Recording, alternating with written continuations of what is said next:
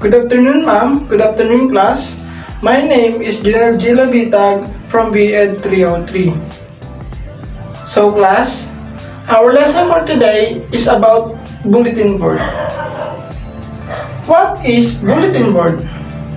A bulletin board, or what we call the pinboard or noticeboard, is a surface intended for posting a public messages.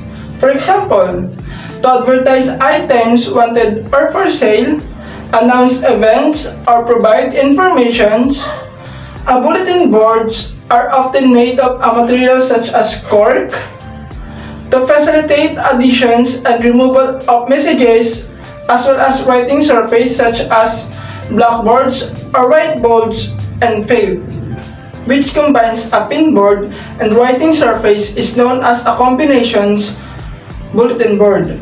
Bulletin boards can also be entirely in digital domain and placed on computer networks so people can leave and erase messages for other people to read and see as a bulletin board systems. What is the purpose of bulletin board in classroom? Whether displaying periodic table, the classroom calendar, or welcoming students back to school, bulletin boards have an important role in any school settings. They do wonders to spruce up dull and bare walls, but they're more than a colorful wall decorations. Bulletin boards are a powerful learning tool for classroom, ranging from preschool to high schools and beyond. They can be used to relay information to students, reinforce lessons, display students' works, and more. Planning a creative bulletin board is more than slapping some posters, board, and funky shape construction paper on a wall. What is bulletin board in teaching? Bulletin board are important component of classrooms. They provide a way to introduce new material or display students' work. Educators should create boards that are equally engaging and educational. The use of interactive boards in the classrooms ensures that students recognize the importance of the posted materials. There are three main types of bulletin boards that you can set up in your classrooms. First is display, second is informations, and third is interactive. All of them have the potential to be wall-mounted, as well as traveling or boards or those created on a trifold display board. The type of boards you put up will determine how engaged every student will be in after it is completed.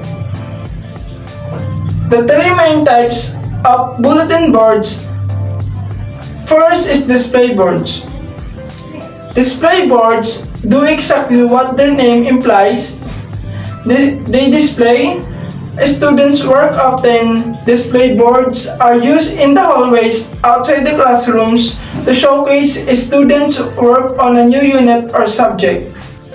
Display boards are great for back to school and parents-teacher conferences. They usually do not require a lot of planning or extra material. Because the contents students generated, it is important to change the displayed work often, or the bulletin boards quickly becomes visually stale. The second types of bulletin boards is informational boards. In this type, want to reinforce a skill with visual reminders. An informational board is a great way to do that. It presents new information in a visual format that will help your students who remember and comprehend the subject. They are ideal for traveling bulletin board as well as wallboard, a trick for helping students focus. The material that is more important is to limit the visual clutter and highlight the text or pictures that are most important by placing a bright, bold piece of paper behind those items. This will help to draw the students' eyes to the places where you want them. The third types of bulletin boards is interactive boards. An interactive boards is one where students have an opportunity to interact with manipulative themselves. While it may seem like an easy thing to create, there are definite considerations that should be taken into account. The board should be at eye level, include color, be durable, and have clear directions about how to interact with it.